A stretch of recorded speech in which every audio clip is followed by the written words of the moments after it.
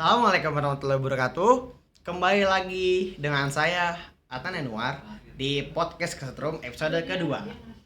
Pada kesempatan kali ini kita kedatangan oleh dua narasumber yang cukup penting karena mereka berdua adalah mahasiswa akhir yang telah membuktikan kalau misalkan elektro itu tuh bukan cuma sekedar tentang listrik. Boleh perkenalan dulu dengan narasumber pertama kita? Ya, perkenalkan, nama gue Ahmad Fadilah, biasa dipanggil Fadil. Gue dari Elektro 2021. Ya, perkenalkan, nama gue Giorgiano dari Teknik Elektro angkatan 2021. Oke, Bang Fadil dan Bang Gio, terima kasih banget nih telah menyempatkan waktu untuk datang ke podcast Setrum kita ini. Sebelum gue lanjut ke pertanyaan-pertanyaan nih, gue mau nanya dulu nih ke Bang Fadil dulu nih. Bang Fadil, gue mau nanya, kira-kira prospek anak elektro itu tuh apa ya? Apakah kita cuma dari tukang las atau apa kita yang nanti bakal manjat ke gedung-gedung? Kira-kira Bang Fadil bisa ngasih insight nggak untuk kita dan untuk anak-anak elektro yang mungkin masih semester awal atau mungkin belum tahu mau masuk mana gitu? Ya mungkin menurut gue kalau berarti ini prospek kerja berarti ya? Iya betul banget. Prospek kerja, pandangan gue untuk semester, karena gue semester akhir juga ya, jadi agak udah mulai ngelihat ke arah-arah sana. Karena juga elektro kita ini dari ada bidang yang mana mekatronik dan telekomunikasi, gue rasa sih untuk prospek kerjanya cukup luas sih buat di luar sana. Kira-kira kayak gitu. Oke, terus kalau menurut Bang Gio sendiri gimana Bang soal prospek kerja nih Bang? Ya, untuk prospek kerja dari teknik elektro gue ya khususnya, menurut gue sih lumayan mudah ya, karena prodi kita ini kan juga kerja sama beberapa perusahaan gitu. Itu kita juga bisa nge-link ke situ gitu. Jadi menurut kalian berdua nih teknik elektro itu udah aman lah buat kerjaan lah ya. Cuma nih Bang ya, kan kalau prospek itu kan pasti butuh yang nama itu kan penjurusan nih Bang. Betul. Nah kira-kira tuh di elektro itu ada berapa penjurusan sih yang harus kita ketahui dan harus angkat kedua tuh tahu tips-tipsnya gimana nih Bang? Oke, di teknik elektro ini kan kita lebih terkhususkan arus lemah yang dimana itu ada mekatronika, terus telekomunikasi, terus robotik gitu. Oke. Terus dari ketiga prospek itu Bang, apakah bakal kepake banget buat nanti kita udah kerja? Untuk pandangan gue ya, untuk ketiga itu menurut gue tuh pakai, tapi ya gak lupa kita harus belajar lebih lagi. Karena ya kita jangan capek-capek buat belajar. Iya betul. Gimana kalau menurut Bang Fadil sendiri gimana tuh? Ya setuju sih dari Gio, karena juga nggak menutup kemungkinan juga kalau kita di tempat kerja belajar hal yang baru juga. Mungkin memang dari prodi kita di teknik elektro belajar terkait itu 3 aspek tadi, tapi ya di luaran juga kita kayak open space aja buat diri kita buat belajar lebih aja gitu. Oke. Berarti intinya at the end even nanti kita itu ketiga penjurusan tetap harus berkembang lagi lah ya. Betul. Oke, ngomongin tentang ini sulitkan atau belajar nih. Menurut Bang Gas sendiri susah nggak sih Bang jadi mahasiswa anak elektro Bang? Soalnya kalau kata orang tuh kayak susah banget sih Bang, kata orang-orang tuh. Iya. Dulu gue semester 1 ngerasa sulit banget kuliah di teknik elektro. Karena ya gue perpindahan dari anak SMK yang belajarnya kurang, terus ke kuliah masuk teknik yang dimana itu lebih kencang di matematika, fisikanya gitu. Jadi agak sulit aja, tapi jauh ini bisa ngelewatin sih. Walaupun terbata-bata ya Bang ya.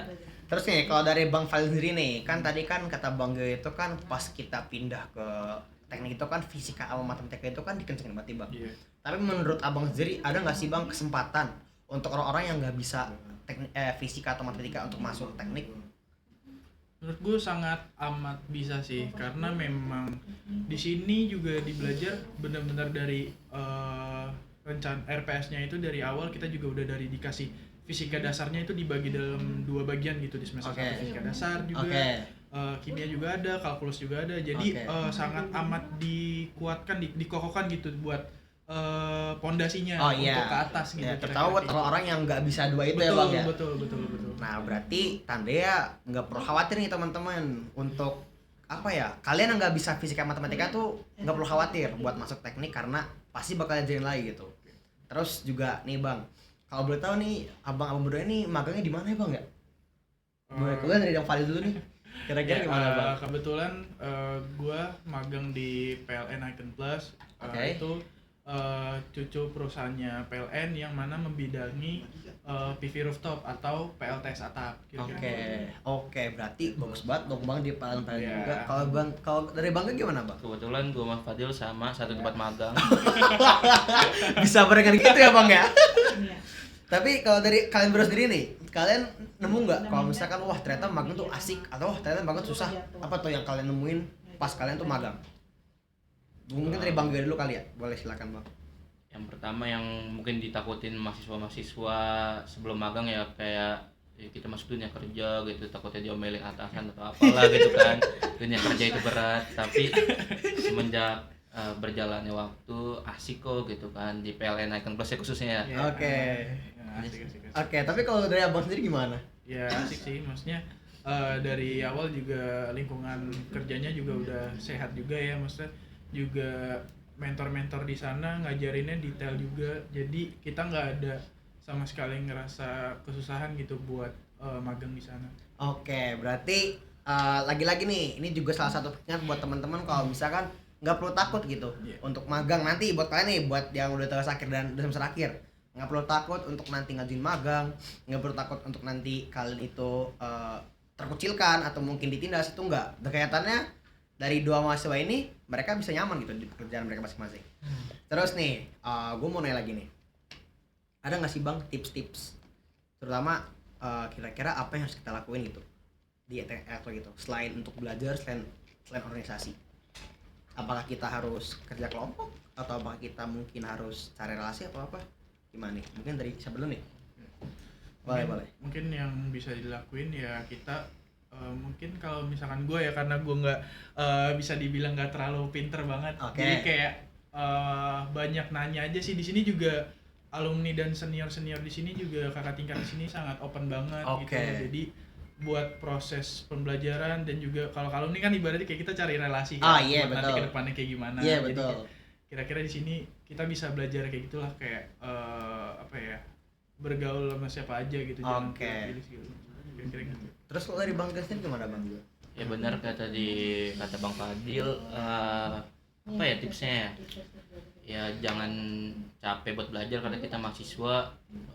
Di perkuliahan ini cari sebanyak-banyaknya ilmu, nggak harus tentang elektro, kalian bisa cari pembelajaran tentang prodi-prodi lain atau ya pokoknya ilmu-ilmu lain di perkuliahan ini. Terus juga bener bangun relasi karena itu penting juga, sama ini sih apa ya, public speaking dilatih di perkuliahan karena itu penting banget.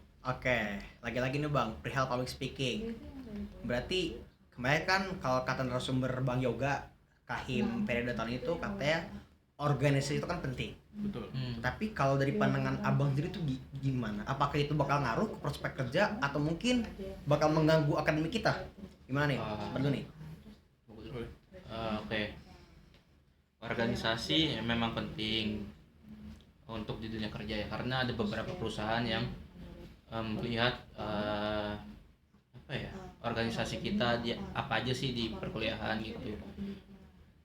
Karena apa ya, akademik, maksudnya pekerjaan tuh nggak selalu tentang akademik gitu. Karena di pekerjaan itu kita lebih ke teamwork, terus public speaking, terus problem solving. Itu kan yang gak didapetin di akademik gitu. Itu ketiga itu kita dapetin hanya di organisasi, dan ya maksudnya organisasi lingkup kampus lah gitu. Terus kalau dari Bang Fadil sendiri gimana nih? Setuju sih, gue kalau soal teamwork, kerja sama tim, karena memang di tempat magang juga kan kita ngerasain langsung kan. Iya. Ditempatin di satu divisi yang mana kerjasama itu dibutuhkan banget, dan juga untuk lo jiwa pemimpin juga perlu. Siap. Kita juga dilatih kepemimpinan. Makanya kita dalam lingkup itu kan pasti ada yang namanya manage waktu segala macam bla bla bla bla. Makanya penting banget, organisasi sepenting itu. Oke, berarti intinya organisasi itu bakal kepake sampai nanti kita kerja. Betul, Nanti betul. kita tua. Betul. Oke, siap. Oke, mungkin pertanyaan terakhir kali ya sebelum gua tutup nih. Dari Abang Gio dan Abang Fadil. Iya. Ini pertanyaan yang cukup apa ya? Cukup sensitif, nggak sensitif sih. Dari pendapat gua aja. Menurut kalian berdua pribadi, apakah ada matkul atau ada pelajaran yang harus dilebihin pelajarannya? Karena kan tadi kan ngebahas soal prospek dan sulitnya teknik elektro kan. Nah, kira-kira ini buat elektro aja nih. Kira-kira apa matkul yang harus kita kencengin lagi belajarnya? Dan harus kita waspadain buat di semester akhir nanti, kan kalian berdua kan mahasiswa tingkat akhir nih. Kira-kira apa tuh? Lebih ini ya sih, malah mata kuliah yang benar-benar menjerumus ke teknik elektro ya, kayak rangkaian listrik, terus rangkaian digital. Oke. Itu lebih dikencengin lagi karena ya orang lihatnya kita kuliah elektro, masa mata kuliah yang kayak gitu ya kita nggak bisa gitu. Betul. Oke, kalau dari Bang Fadil gimana tuh? Iya, di elektro ini juga nggak semuanya tentang itu, tapi kayak perhitungan juga masuk, kayak kalkulus, Oh, iya, matematikanya betul, juga betul. perlu lebih ditekunin lagi lah kira-kira agar kedepannya tuh lebih mudah gitu. Berarti kalau misalkan kita udah main fisika matematika, otomatis semuanya gampang gitu. Betul. Oke, mungkin sebelum kita tutup dulu nih, ada nggak kata-kata hari ini buat kalian berdua? Atau dulu lah, motivasi. Apa ya, pokoknya jangan capek untuk belajar, mending capek sekarang daripada menyesal di kemudian hari. Kelas. Gimana kalau dari Bapak sendiri? Jangan lupa masuk teknik elektro UAI.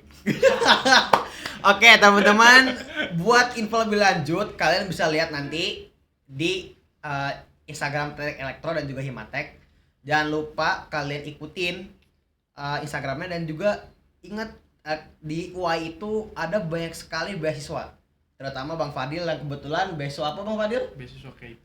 Nah, itu yang bisa jadi jalur, yang bisa jadi jalan buat kalian. Betul. Yang mungkin masih bingung untuk masuk ke elektro atau untuk masuk jurusan lain. Sangat terbuka UAI, terutama untuk penerima beasiswa. Dan juga mungkin akhir kata dari gua mau bilang makasih Bang Geo sama Bang Fadil, yang udah nyempetin waktunya, yang udah ngasih insight yang sangat-sangat bagus untuk kita, untuk para penonton, dan juga untuk para maba-maba yang nanti masuk ke sini. Kurang lebih mohon maaf. Wassalamualaikum warahmatullahi wabarakatuh. Waalaikumsalam.